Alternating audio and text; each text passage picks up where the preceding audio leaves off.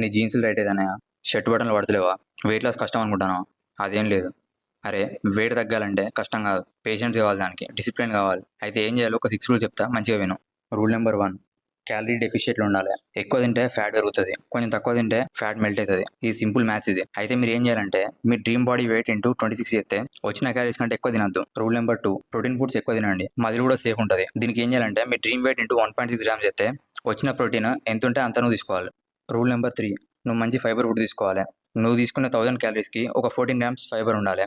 ఇది ఏం చేస్తుందంటే నీ డైజెషన్ ని స్మూత్ చేస్తుంది. రూల్ నెంబర్ 4, నీ బాడీ మూవ్మెంట్ ఉండాలి. మినిమం 7500 స్టెప్స్ డైలీ వేయాలి. రూల్ నెంబర్ 5, స్ట్రెంత్ ట్రైనింగ్ చేయాలి. Weekly 2 to 3 days strength training చేసినావు అనుకో నీ మజిల్ బిల్డ్ అవుతుంది, ఫ్యాట్ బర్న్ కూడా ఫాస్ట్ అవుతుంది. రూల్ నెంబర్ 6, స్లీప్ ప్రాపర్ ఉండాలి. 6 to 7 hours క్వాలిటీ స్లీప్ ఉండాలి.